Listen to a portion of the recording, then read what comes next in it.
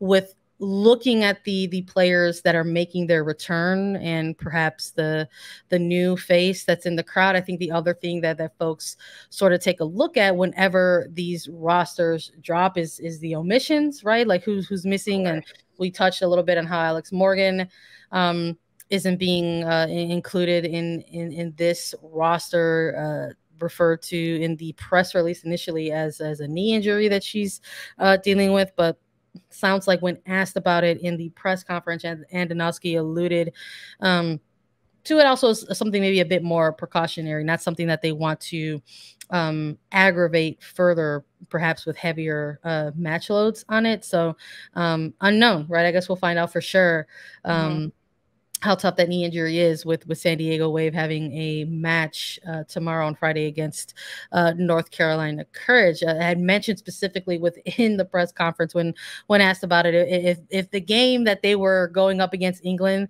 against was perhaps a World Cup final, then she'd absolutely play, but this is not the scenario. So the decision was made, for her to not participate in this one. And, mentioned, players like Emily Sonnet and Kelly O'Hara, not, a part of this roster, as they weren't part of the rosters in September either. But an interesting note that Margaret Purce was not amongst the forward core for this match. And this is a player that has largely spent time with the national team throughout the duration of 2022, was a part of that CONCACAF W championship squad that qualified for the World Cup, that qualified for the Olympics, that qualified for the Gold Cup, and won the whole darn thing right in July. And while she was a part of those September friendlies, is not a part of these this international window to head over to Europe. Yeah, I mean, I think Purce is definitely a player that's missing for not a reason, right? Like Alex Morgan is dealing with a bit of an injury. It's really good to hear that it's not as serious as it could be, considering, as you mentioned, he said if it's a World Cup final, she's playing in it. So it's looks to be okay at this point. She's also with San Diego heading into a playoff push. Will she play this weekend? I think that's also a big indicator, but I don't think it means that Morgan is out of contention for this U.S. soccer team by any means. But yeah, I mean, Purce kind of without injury to her, she's been playing consistently for Gotham, and her not being listed on to this roster might be a bit of a shock to some people, but I'm not all that shocked. I really haven't been impressed with what Purce is giving me week in and week out with Gotham. And Gotham's been struggling. There's no doubt about that. They've picked up consecutive losses that have broken a record in the NWSL. It's not a positive thing to see, but as a player that wants to compete internationally for the United States, you have to be a game changer at your club level. And I think Christy Mewis is someone that's on the verge of having those games of not always fantastic, but she still provides those sparks of intense fantastic soccer. And so she's on this roster. And as Vlatko Andonovski said, a dip in performance for Margaret Purce. She's got 3 goals on the year for Gotham, and she hasn't scored a goal since the end of July. So yeah, a bit of a dip for her, I would say. As a forward, you look at those stats. Are you scoring goals? Are you creating chances? Are you getting touches into the box? Are you being a catalyst for your team? And are you causing chaos for your opponents? And perhaps that hasn't been at 100% for Margaret Purce, and that's why she's not called in. It doesn't mean she won't be back, though. Is that a pun? Because I love puns. But no, I hear you on all the points that you're making. I think, it's just one of those.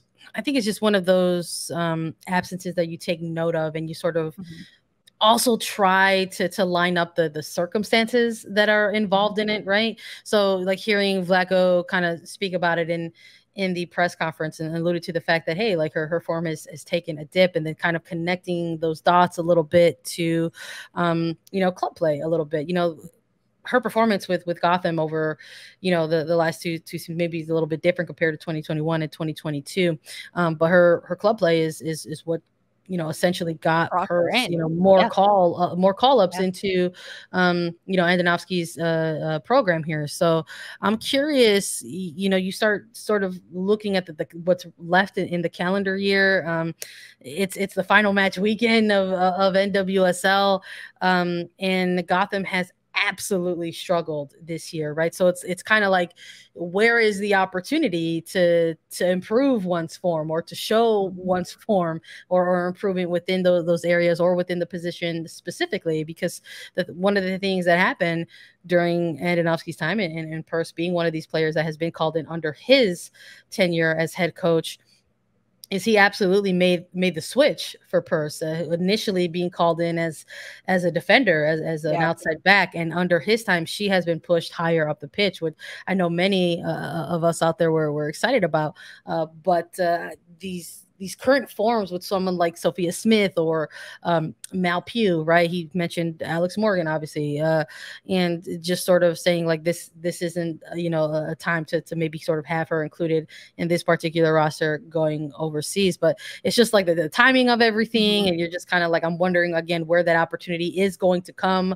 for somebody like Purce to go ahead and get back on track, and she's been pretty honest and open in some Gotham FC media availabilities, talking about the tough season that they've been having, with the club and everything, and just trying to kind of get back to brass tactics and fundamentals. So I'm eager to see how she, performs over this last weekend. I don't know what that's going to mean for the remainder of the games and the national team for the calendar year. I have to imagine that if she's not getting called up into these European friendlies, that perhaps that's not going to be the case against the friendlies against Germany as well. So I'm wondering when, might be the next time that we do get to see a Purce involved in these camps. Will it be in a January camp or something like She Believes Cup, et cetera, et cetera? So curious to say the least, right? But it's always something that people are going to take a look at and wonder about for sure. A number of other players that maybe aren't on this list. Obviously, we talked about Alex Morgan and Margaret Purce, but Kelly O'Hara dealing with those hip injuries, so that's why she's not on here. She hasn't been playing for Washington Spirit. A number of players dealing with like season-long injuries. So that's Tierna Davidson, Katarina Macario, Kristen Press, Tobin Heath is lumped in there. I'm probably forgetting some. Julie Ertz is on maternity leave. Katarina Macario is making her way back from an ACL. Yes, Katarina Macario. Emily Sonnet is not on this list. She's not playing with Washington Spirit. She's got a SEI injury on her foot. Abby Dahlkemper also not called into this camp. She's been dealing with injuries, but she's getting more and more time and more minutes with San Diego Wave FC, but not called into this camp. I'm not too surprised about it though. Like there's a lot of other strong central defenders and defenders all around this roster that can fill in. Yeah, I am. I think it's going to be there's going to be a certain level of excitement to sort of, take in these final matches in 2022, whether they're the ones against England or Spain or the para friendlies that will take place against Germany to close out the year in November. And I think looking at these matches down the stretch of the calendar and looking ahead to 2023, this might be the final like window of time to make an impression on the coaching staff for 2023, because I would imagine come 2023, so many of the players that you've listed, including Sam Mewis, Williams, within those, like, these are players that could possibly make returns and for those final months of preparation in 2023, those January camps that come in early 2023, rolling into She Believes Cup or any possible April windows, right? To be able to sort of finalize those World Cup rosters, which usually come in late May and or June ahead of the Summer World Cup. So I am curious about it. Within the press conference, Andonovski was asked about that in terms of these games in front of him, like how much of it is going to be like, you want to really go out there and grab these wins versus like still continuing some sort of evaluation, even if it is amongst players who have already had some time together. And of course, you're not going to be the coach of the number one ranked team in the world and not allude to the fact that, like, of course, you're going to try to win the game. But he did mention that there isn't necessarily a huge emphasis on going out there against England and or Spain and making sure that you're getting these like outrageous sort of 90-minute plus games types of performances and wins, that he really does want to, the coaching staff to present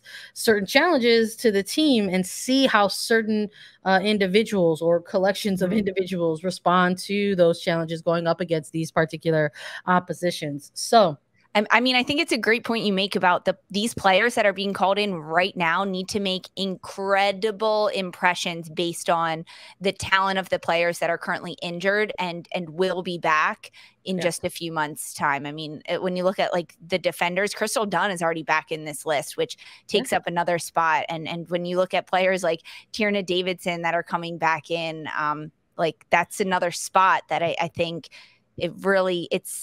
it's intense right now for these players that are getting their first call-ups, their second call-ups. We just mentioned them, players like Taylor Korniak in the midfield, Haley Mason in the back line, Alyssa Thompson up front. There's a lot of question marks come before the World Cup that still need to be answered based on players' availability.